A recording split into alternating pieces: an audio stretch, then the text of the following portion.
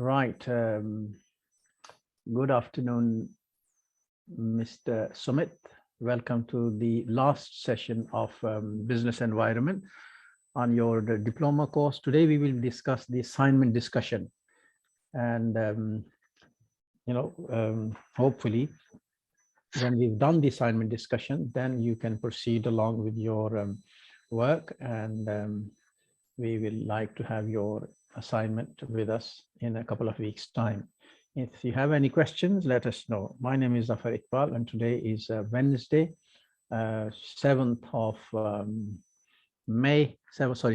June 2023, on a very good sunny afternoon in UK. I hope you are well in where you are. Okay, and you're probably in Sawat, and the weather must be very good there. All right, let's talk about the assignment discussion. Okay, first of all, I'd like you to read the task very carefully, and we'll talk about the assignment activities.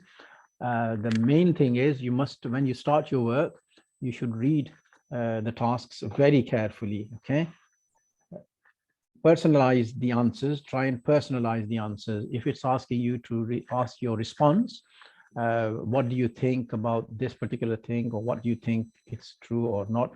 So therefore you must answer the question directly. For example, I would do this in circumstances and I wouldn't do this in circumstances. So that's what I'm saying. Read the tasks very carefully, focus on the details, look at the command verbs. For example, if the verb says explain the theory of supply and demand, or define this particular aspect of a topic, or assess the theory of supply and demand, or what do you think about this particular product? How do you compare or contrast the theory of demand to a theory of supply, or the theory of marginal activity? So therefore there are different verbs that you must look at. So therefore, as a guidance, I would suggest that you look at these verbs and concentrate on those. So if it says explain, then you need to write something. Okay, then you need to explain, i.e. explaining things about that particular item. If you are asked to describe, then for example, what does a table look like, or describe me how a table looks like. So you will say the table is made up of wood. This table is made up of wood. It's certain meters high, and it's certain meters long. For example, it's made of the legs are made of metal, the top is made of wood, and it's colored. What type of color is it? It's brown color, and so on. Okay, so we look at the verb. Are you following me, Mr. Sumit? Yes, sir. Yeah, so you just concentrate on the verb. What does it want you to do? If it's assessing, then it's assessing the both things, assessing, and then it's asking for your opinion, in other words. Okay, you assess both things, and you, at the end, you say this is better for me. For example, if you are comparing two products at your place, which product, assess the value of these products, please, and tell me what's the result. You assess these products, and then you give it your result, opinion, in other words. Okay, so you look at the command verbs, please. All right, so the explanation is just when you're explaining, defining, describing, describe about 70, 80 words, 100 words. That's enough, because it gets boring afterwards. Okay, assessing the verbs, when you are assessing or examining or clarifying or analyzing, this is a next level beyond explaining and defining. This is moving towards a little bit of your own thinking, and that should be about 100, 125 words. Okay, maybe 30 words, maybe 140 words. It depends on the context and the question, okay, or the nature of the question.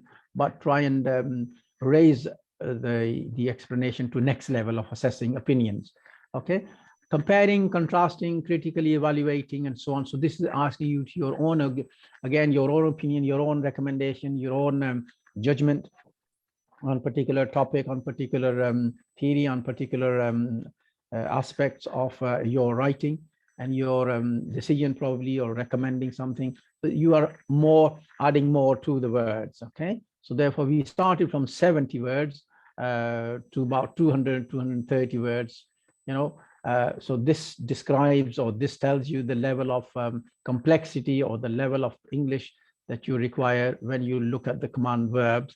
Different command verbs will ask you to do different things. Okay, that's the first thing. Then when you do the assignment, you also need to write some references. Make sure that you consult consult theories, consult books, consult articles, consult journals. Make sure you read from the internet and look at the certain websites, for example. Make sure that you reference, i.e. use the Harvard style reference. So Harvard style reference is, I'm sure you know about it. So you've done the Harvard style referencing before in your assignments. Yes, I'm sure you did. Yes, sir. Yeah. Yes. So Harvard style referencing, it starts with the author's name. It starts with the the book's name. Starts with the author's name, followed by book, followed by the publisher, year of publication, followed by the publication address, i.e. the publisher, and then followed by a country or a city or a town where that's published. Okay, so these are the four or five steps that you follow. So the Harvard style referencing is different to other referencing. So we use the Harvard style referencing. Okay, and is in your style of in your context, in your writing, you must also quote some references or quote some authors, followed by their year of publication, rather than we don't write the name of the book. Okay, however, it depends on how you reference.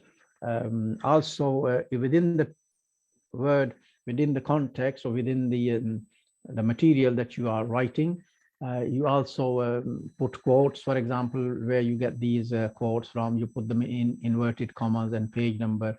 Okay. Yeah, so you can, you are asked to follow the Harvard style referencing. Okay. Word limit, as far as word limit is concerned, for this particular assignment, there is no word limit, but don't really go to a limit of, say, 5,000 words when you don't need to write 5,000 words, because it's going to be cumbersome marking and it's going to take a long time to mark.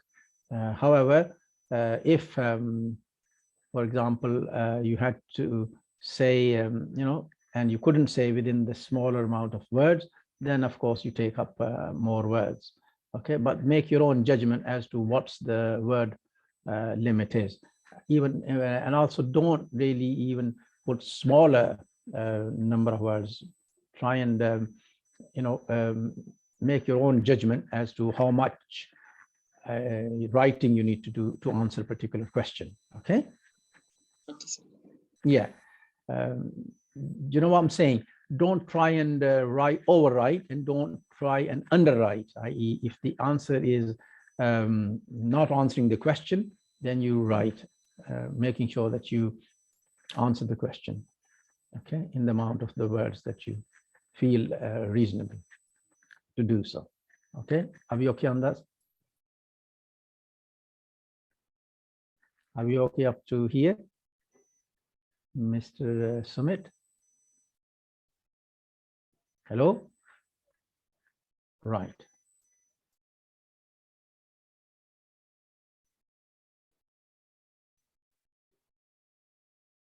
Hello, Mr. Sumit, are you there? There are different assessment types. There are many different types of assessments that we can have. We have, types of presentations. We have report writing. We have observation at work. We have group discussion. We can have activities, scenarios, academic writing, report writing, report or assignment writing. So there are different types of assessments that we can utilize, but the word limit is your own judgment, and the style of writing and the referencing will be the same. Okay. Assignment presentation, you present your document, you present your writing in a particular structured way, and formatting, make sure that you follow a format and present it in a nature that's acceptable to other readers. It has, for example, it's a good practice to put the unit number and the name of the unit. Okay, it's also a good idea to write, introduction, a brief introduction about the module, about the unit, maybe 30, 40 words, 50 words, 60 words. Okay, and it's nice to make sure that you write out the learning outcome. Please try and write out the learning outcome if you are mentioning it. Otherwise, it's not required, but it makes it easier for marking purposes. It makes it easier for you when you come and revise it. It makes a lot of sense when you refer back to your work after you've completed your assignment or completed your diploma. When you come and look at your assignment and you got the learning outcome and the criteria, assessment criteria, number one, it's easier. So then it's easier for you to make reference afterwards. So it's a good idea. Okay, it's a good idea that you you write this learning outcome followed by the assessment criteria, but it's not required. However, it's nice to have it. Okay, use font size 12 with 1.5 line spacing. Okay, this is the standard that we require. Size number 12 font size, preferably italics with line 1.5 line spacing. Make sure you insert page numbers, number your pages, so it's easier if you to get lost. I mean, if the writing is, to make sure that the writing follows one page to another. Otherwise, if there's no numbers, then confusing and you don't know which sentences follow which. So try and get the insert the page numbers. Also draw up a table of contents. You must draw a table of contents, so the when it's looked at, it's clearly tells you what topic is covered on what page number. So it's for reference, ready reference. It's a good idea to draw a table of contents like the one we have in books and journals, and then you must write a conclusion of a brief conclusion as to what you discussed in the assignment, about 20, 30, 40 words, however, maybe a bit longer, right? But, and then you must reference your writing, create a bibliography at the end of the writing, reference your material using a Harvard style reference. Okay, and make sure that these references are up to date. Don't quote references which are old, which are used in the past many years ago. Try and get the updated references if you can, the latest material, latest books, latest journals on your topic. Okay, so that you stay abreast with the current developments. Okay, Mr. Sumit. Hello.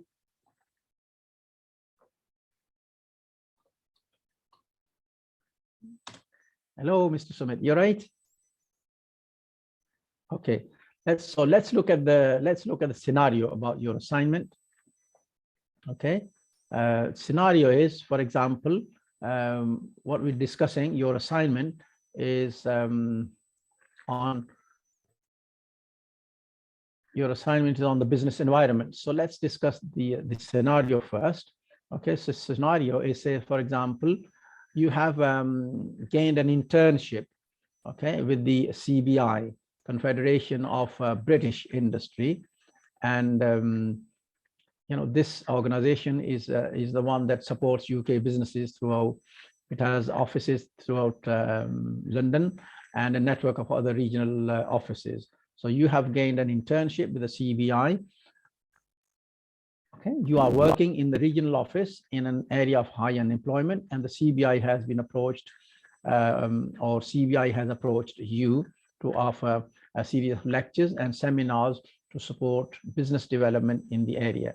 Some of these lectures and seminars will be aimed at those wishing to set up businesses. Others will be aimed at establishing, already established businesses, and they want you to look at the benefit of global outlook. Okay, so this is the scenario. So let Mr. Sumit, are you okay?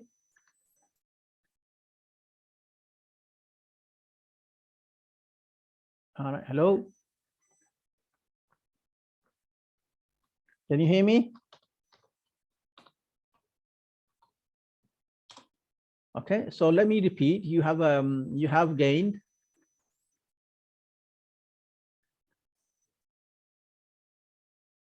You have gained, what have you gained? You have gained an internship with the CBI, an organization that supports UK businesses throughout its London offices and a network of regional offices. You're working in a regional office in an area of high unemployment, and the CBI asks you to offer a series of lectures and seminars to people who are in the area, so that you can help support their business development. Some of these lectures will be based or aimed at those people already in the business, and some of those will be new to the business, aiming to establish new businesses. Okay. What's your activity number one? What's your job number one? I.e., the first thing you need to do is, number one is you are to provide an informal workshop or a talk for people who are considering setting up their own businesses.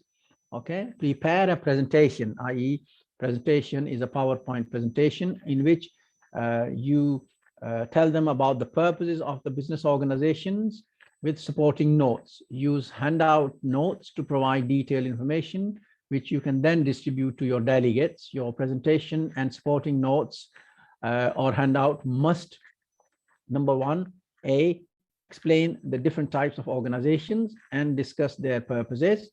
And number two is analyze responsibilities of organization, and that will satisfy your L01 assessment criteria 1.1, 1.2, 1.3. All right. So 1.1, 1.2, and 1.3. So this is what you need to do.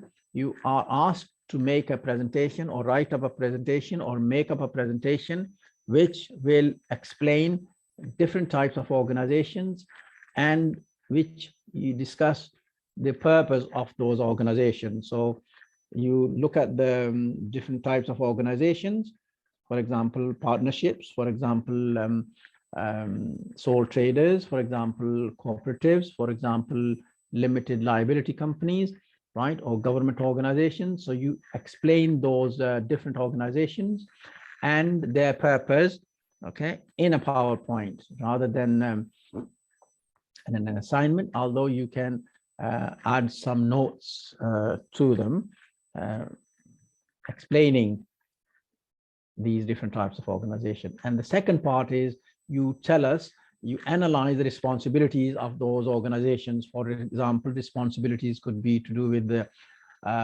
reducing pollution or recycling or contributing to the society. These are responsibilities of organizations, or other things, responsibility of organizations for their employees, for example, or towards the community, for example, or towards the earth, for example, like a corporate social responsibility, in other words. So you can have something like that, okay? In order to get, you can get a merit. So that will give you a pass. Both once you've done these, this will give you a pass, and you satisfy the assessment criteria 1.1, 1.2, and 1.3, you will pass. If you want to claim, a merit task, if you want to, you should claim merit because you're quite capable. Your presentation must also analyze the extent to which a specific organization meets its stated purposes. You may select an organization where you have worked or the one that you will research. For example, you can select your own organization, for example, where you are working, right? You can give an example of your own organizations and tell us how that is meeting the particular needs, particular purposes, particular where you are working, where your own. So that will give you a one merit. Okay, you can claim a merit, which you should really, a person of your capability should be able to claim. Okay, so you go beyond the passing mark, you go beyond the stage of passing, just a pass. Okay, come back, Mr. Sumit. Yes, sir. Okay, you couldn't hear, you got lost for a few minutes. Okay. Yes, sir. So I was just talking about the activity number 1. Okay, did you hear? Yes, sir, got it. Oh, got it. Okay, so I'm sure you are capable of getting a merit because you can utilize your own organization and you can give your own examples. What are you doing towards fulfilling this particular responsibility? Okay, so it will be a good idea to see what your responsibility, what's your organization doing. So that will give you an L01 a merit, 1 merit. Then you move on. So but here is mentioned prepare a presentation. Yes, you presentation. So you can so I have to make put a the slides. You can put the slide and you have to write some notes on the slides. Make sure that you prepare good slides rather than writing, make some bullet points and explain afterwards. Okay, the explanation notes. Okay. That's okay. You know how to prepare a PowerPoint, yeah? Yes, sir. Okay. So that's the activity number 1. Okay. Activity number 2. The activity number 2 is that one of the seminars will focus on the structure of organizations, like the structure. You know what we mean by structure of organization, like flat structure, like tall structure, like a matrix structure, like pyramidal structure, right? Yes, sir. We have done that in our lectures. Yes. Yes, sir. Yeah. Okay. So you need to describe. This particular kind of structure. What the structure, So when you are talking, when you are giving this activity number 2, you need to explain what this structure is. Okay. What it does and what it doesn't do. Is it useful? Is it not useful? Give them examples of the structure, give them examples of application of the structure, and what's positive, what's negative about this structure. So you are writing a discussion paper on the different organizational structures. Okay, so this will be in a kind of a handout. This will be kind of a writing. So you describe this different type of structures and with examples. Okay, and then you must give some case studies, prepare case studies to be distributed to each of the 5 tables, i.e. 5 people or 5 people attending the seminar. And then each study should explain the functions of different departments in organizational structure and the relationship or interrelationship. So there are 5 people entering this particular seminar. First, you explain them what these structures are, how they're used, what's the advantages, what's the disadvantages, right? What's the good thing, what's the benefits of different types of structure where you can use it. You can give examples of different companies. And then second task of that particular discussion will be you explain the functions of different departments. So you explain what is the function of HR, HRM, what do they do, what's the relationship between HRM and the production, for example, where is the problem, where is the cooperation, do they get on with each other, or they, do they have problems within themselves, do they fight, or do they have jealousy, do they have a hatred of each other, do they have competition, or they are all good, they're all working in teams, or they're all happy and jolly and whatever. Yeah. Okay, that kind of thing. Yes. Okay, so the interrelationship, what is the relationship, for example, marketing department with an accounting department? Because there is a marketing department want, for example, budget. They want money from the accounting department, right? But the accounting department will say, we don't have the budget. We haven't got the money to give you for publicity. So therefore, there is a friction between the both departments. So how do you resolve the friction? How do you resolve the conflict, right? So that kind of issue. Is there a relationship between these departments, or there is a friction always? Do you understand? So in your situation, for Yes. example, you always say to your salespeople, we want to increase the sales, but then salespeople say we don't have the manpower to increase the sale, and we can't go into all the areas. We are only limited in resources. So there is always a problem between the HR and the sales reps. Or when the sales rep want more commission, then they'll say, give us more commission to the HR people. But they say, we don't have the budget. We haven't got no money because we haven't got we are limited on our resources. And there is a friction between these wage salary people and the other department. Yeah, is this the case in the department as well, your company, or is it pretty straightforward? Yes. Right? So this is always natural. There is always friction in there. Okay, so this is the second thing. So you explain the interrelationship between different departments depending on the organization. If it's a small organization, then of course there is a responsibility is on the owner and the manager, and there is much less friction because everybody does everything together. Okay, and thirdly, you should write an article for the delegate handout pack evaluating the influence of global factors on organizational structures. So in third task in your activity number 2 is to write an article, write something about the influencing of global factors. How does the global factors affecting organizational structures? For example, how does the IT affecting the organization structure, right? In case of say multinational companies, how do they control, how do they do their meetings, for example, or the usage of IT across the globe, or how is the IT, for example, used to control employees in different parts of the world, because these days people are controlled by organizations over the phone, or by the Zoom, or by meeting, or by setting them tasks and global,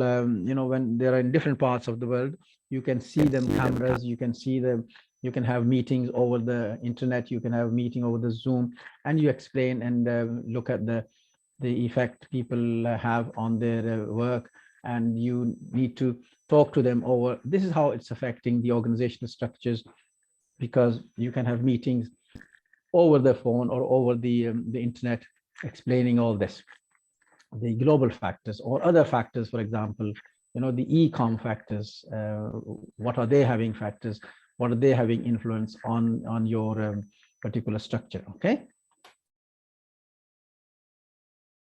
are we okay on this, Mr. Sumit? Yes, sir. Right. Yes, sir. Distinction task. If you want to achieve a distinction, you must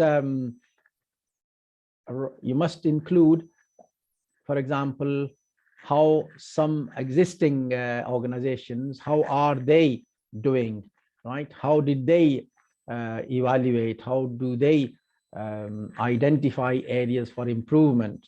How do you make sure, as an organization, to improve on the elements of their interrelationship in order, this is your own, in other words, your own, what do you call it, your own interpretation of global factors influencing the structural or influencing the structure of organization in different parts of the world.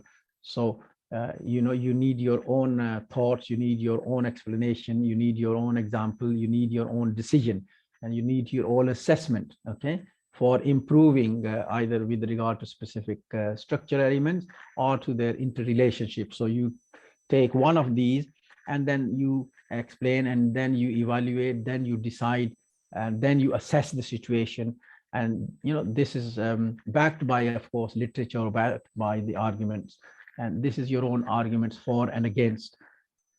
This will get you some kind of higher marks rather than just getting a fair pass, okay, or a fair merit. So you can move up from a pass to a merit to a distinction, okay. That will be a good boost to your CV, okay, and that will satisfy your LO2 to D1, okay. Learning outcome number 2, distinction 2. All this, when having done the the activity number 2, this will give you the assessment criteria 2.1, 2.2, 2.3, which is the satisfaction or satisfying the learning outcome number 2. Okay, so we've got 3 criteria in learning outcome 2, and then we've got 3 assessment criteria in learning outcome number 1. Okay, so we've got 6 6 criteria there. And then we have in your last activity, which is number 3, activity number 3, we have this particular activity, which says you have to what you have to do is you need to support, you need to set up local business leaders who may be interested in government support and local partnerships. So you've been asked to project manage the event and have arranged for experienced local business leaders as well as local government representatives to present specific workshops.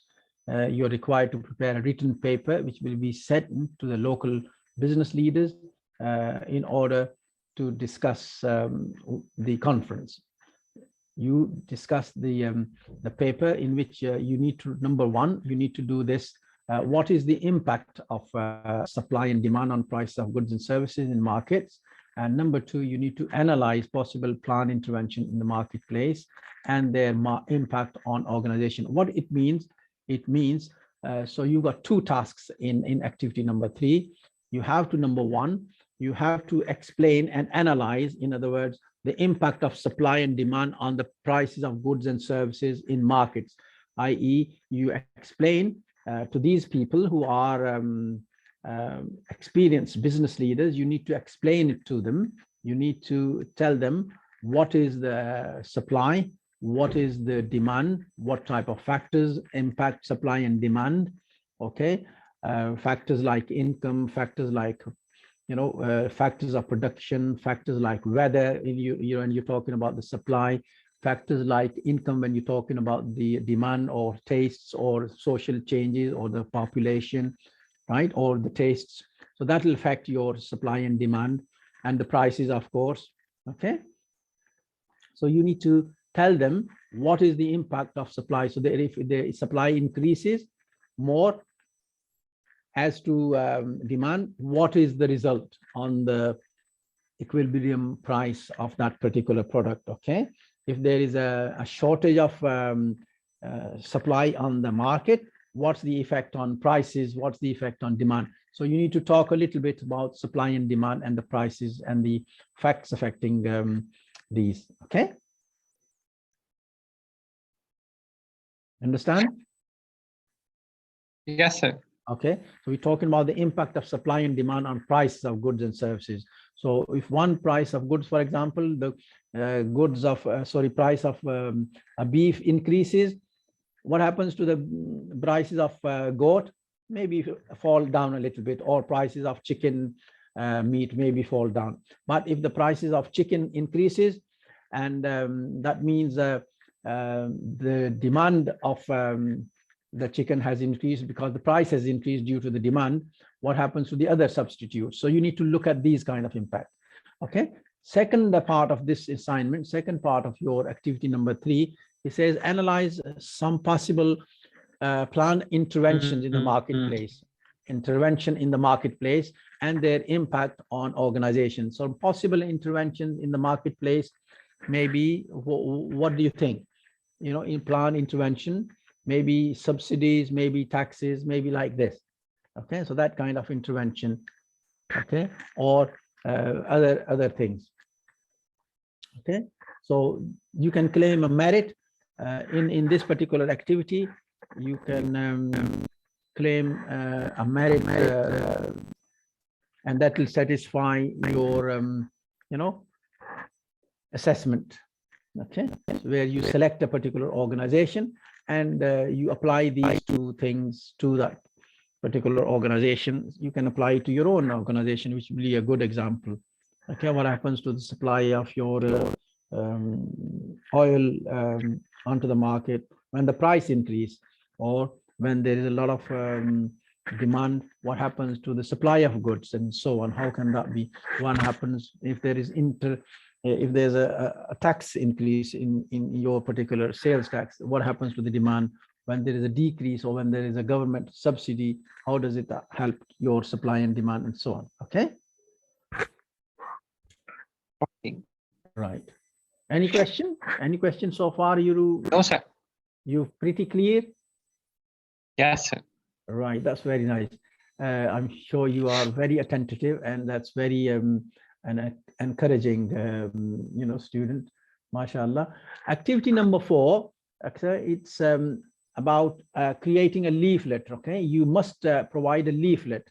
You must provide a kind of a page, for example, where you help participants in the lectures and seminar pursue their business ideas. This leaflet must be titled "The Nature of the National Environment in which Organizations Operate." Okay, so this leaflet must include, you must particular, have you seen a leaflet? No, sir. Okay, so you go on. Not clear about leaflet. Okay, not clear about the leaflet. So what you, let me see if you have a leaflet, for example. Let me see if I can get you an example of a leaflet, all right?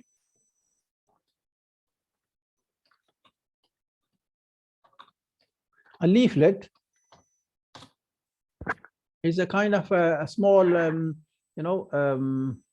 of a brochure, for example. Yes, sir, got it. You got it like this? Do you see this? Yes, sir, yes, sir. I searched it. Can you see this? Yes, sir. Now I searched it on Google. Okay. So you can search different images for a leaflet, right? And it will tell you what the, it will tell you what kind of leaflet it is.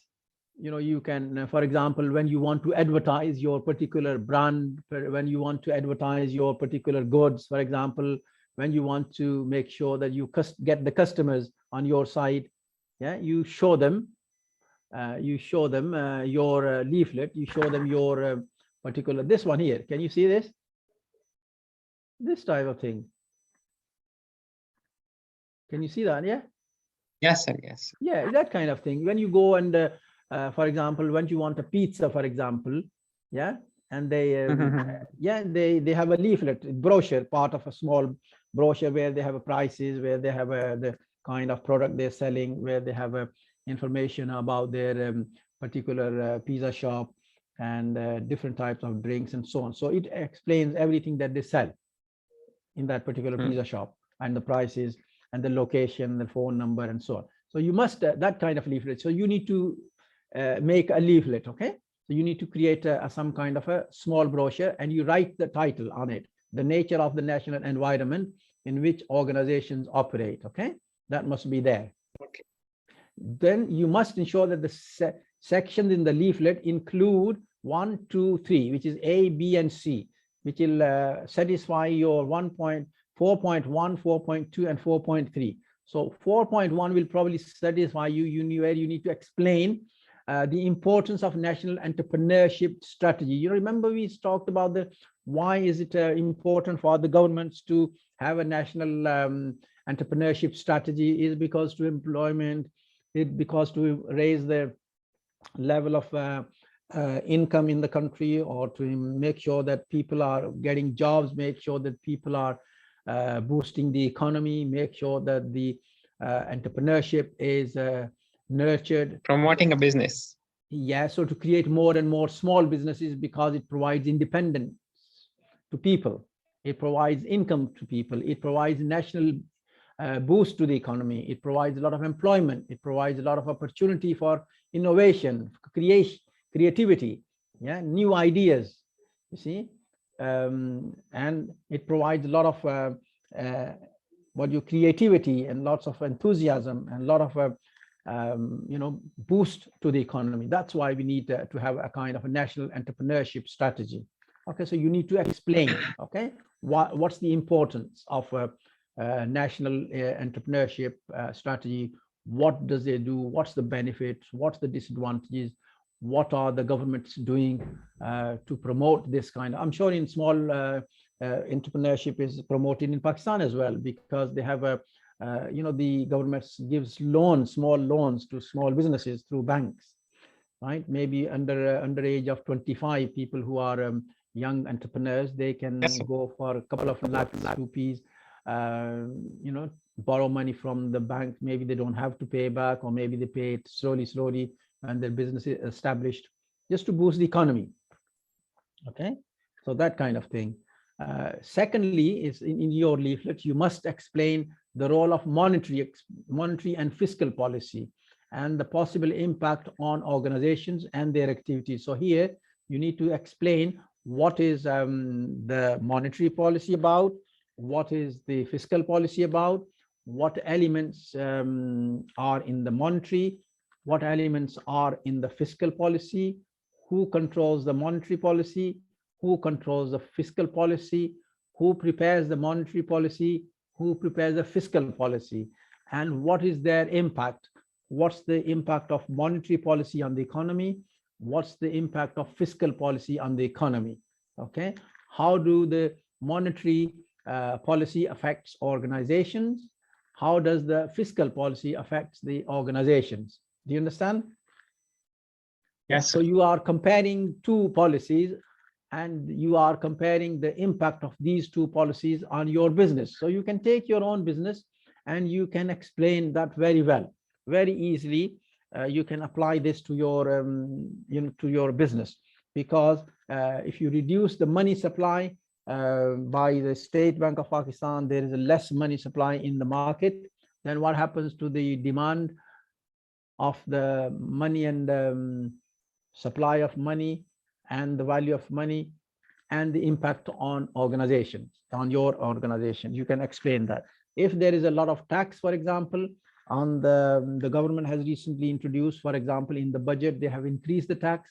What is the, what type of tax is it?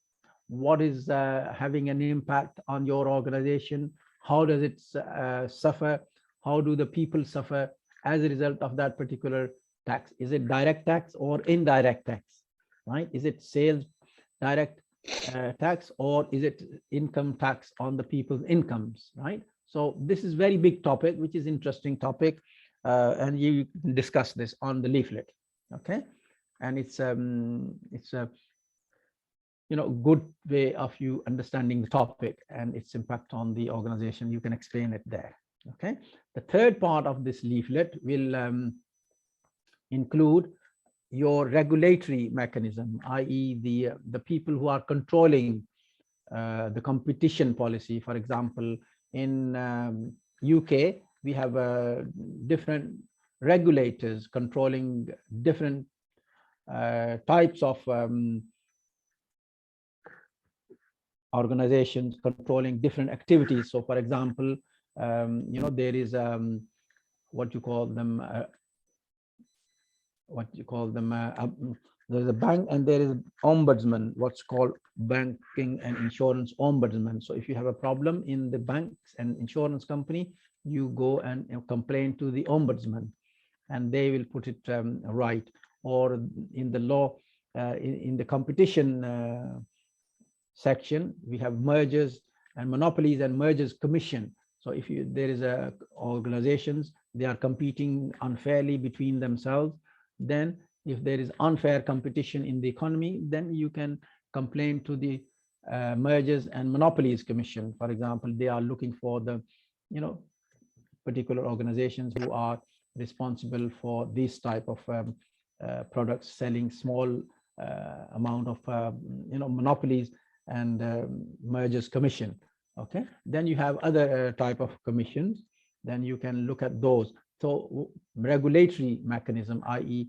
when there is electricity companies, they have a regulator, okay, companies regulator who looks after their energy regulator. So you have a problem, you have a complaint about the companies, you can complain about these companies to the regulators. Is that, I'm sure there is a similar policy in Pakistan. We have gas regulators, we have electricity regulators, we have transport regulators, we have mergers and bigger companies, banking regulators. You have Oftel in the UK. You have a Oftel, for example, regulator controlling the telecommunication. In Pakistan, it's maybe NEPRA or some other Oftel.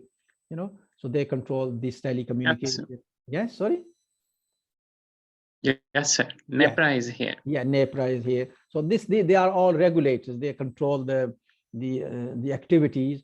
They control activities of these organizations, and they see them whether they are doing good, whether they are serving the public, what they set out initially to do, or they are doing unfair competition or problems between them and the public, or they are breaking the law, or they are abiding the law, or what are they doing? Okay, so this type of so we're talking about here the competition policy, i.e. the mergers and monopolies commission. Okay, this, and also the regulatory mechanism. So they are regulators and they are policy makers on this particular activities, and they influence and they impact organizations. All we have, for example, oil producers regulators, and so on. Or IATA, we have airlines regulators, we have oil producers, we have telecommunication, mechanism, and so on.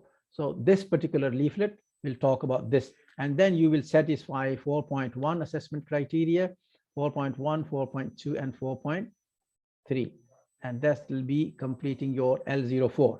Okay, LO4. Okay, you can claim a distinction. Of course, go for a distinction if you can. Maybe a little bit difficult, but it doesn't mean that you can't achieve a distinction. In order to claim a distinction, your leaflet must include a case study, i.e. you must include a company, what it's did, and how did the regulator affect, how did they challenge, how did the regulator make their decision about this particular company, about this particular case, what was the outcome, what was the result. For example, there are a lot of things on this particular C criteria. You can search Google, you can search examples of different case studies and impacting this particular companies, and you will you can quote, okay, the decision of these regulators. You can maybe copy and paste, or quote, and or paraphrase or rephrase, and that will get you a kind of a distinction level mark. Okay. Okay, sir. And the impact that will have, and you can maybe you can decide for your own, whether that was a good decision or whether there is a bad decision, so you can give examples of banks. For example, you can give a kind of commission, IATA's commission, or you can give examples of airlines, or oil companies, or bigger organizations, multinational, ICI, or all these. You can pick up, or Toyota, you can pick up any other multinational, and see if the decision is impacting the economic in your business, or a business factors, and affecting the economic environments in that particular. Yeah, so that will satisfy your learning criteria. So what we were what we're saying here, you've got 4 activities, right, in your assignment you have to do, but you must look at the scenario first, right? You must look at this particular scenario. So the scenario is here, page number 3. This is important, right? So you look at the scenario, i.e. you are going to advise particular people who are coming to listen to you through a series of lectures and seminars about business development. You need to support them, okay? And you need to support them, tell them, you need to advise them, you need to support them, you need to tell them this is bad and this is good and this is how we should do it, but based on different types of lectures, right? And your job is to make sure that you do a good job of it, okay? And because you have to do 4 activities, so the 4 activities are based on the scenario. So let me repeat. The first activity is you need to prepare a presentation, okay? That will be satisfy your learning outcome number 1, the assessment criteria 1.1, 1.2, and 1.3. There are 2 tasks in that particular presentation. You do that. Second activity is you need to write, you need to explain, you need to create a kind of an assignment, yeah, of a few pages, maybe a couple of pages, 5-6 pages, or maybe depending on the whatever you explain. And you explain in your structure, you explain on structure of organization, you explain into relationship, you explain the impact of global factors, you explain the nature of different departments and the interrelationship, how do they relate together. And the third thing is you need to tell us different types of organizational structures there are. So 3 things in there, and that will satisfy your 3 assessment criteria. That's okay. Activity number 3 explains, you need to explain what type of these factors affecting products supply and demand, what type of interventions are there in the marketplace, and how do they impact these organizations. So these are the 3 activities that will satisfy your learning outcome number 3, okay? And the third, the last one, the fourth and the last one is based on your having create a leaflet which should be titled, the nature of national environment in which organizations operate. So you explain within these 3 tasks, you need to explain the importance of national entrepreneurship strategy, i.e., is it good, is it bad to have a national entrepreneurship strategy? What does it do? What's the benefit? What's not the benefit?